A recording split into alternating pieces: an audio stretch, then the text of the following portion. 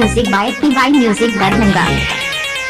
आगे ये का हो आवा नहीं मैं तुम सोतो ना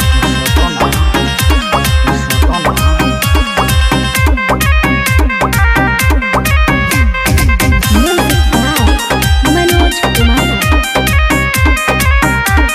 नौरंग कलाई के मलाई तू खोइलो उतमेरी आई तू दीदिया से कोइलो पापा के इज्जतिया के नोसिए के धोइलो दीदिया के प्यार में कमी का पोइलो।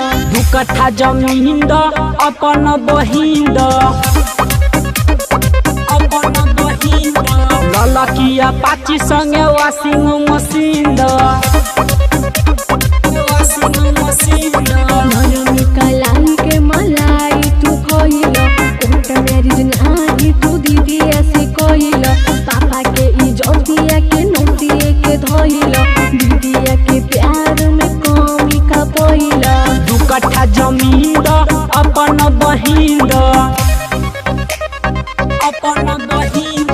ललकिया पाची संगे washing machine the Recording by SRK Studio, Ludhiana. दू कट्ठा जमीन द अपन बहिन द बड़ा मीठा लागे साली बतियानु हो जीवन भर ला थामल न हथियानु हो। दहिया के छाली सारा चाट गइलो माजा लेके दीदी से पलट गइलो। दू कट्ठा जमीन द अपन बहिन द ललकिया पाची संगे वाशिंग मशीन द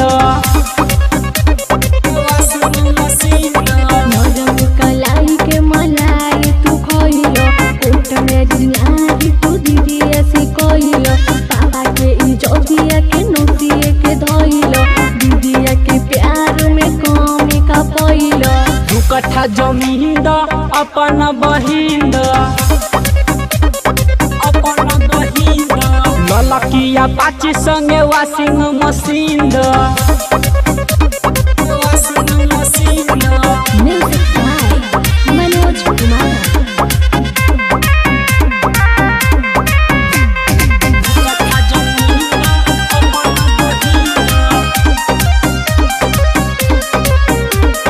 चिकन तोहर गाल पसंद पड़ता ले हम न दहेज साली मन डोलता। दीपक बोलत बाड़ा कहे बतिया बेकार दीदी सच्ची करेली सुनु बसी प्यार। दू कट्ठा जमीन द अपन बहिन द ललकिया पाची संगे वाशिंग मशीन द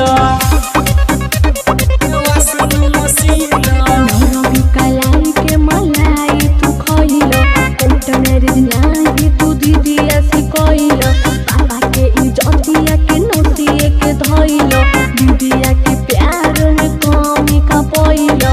दू कट्ठा जमीन द अपन बहिन द ललकिया पाची संगे वाशिंग मशीन द music by PY music Darbhanga.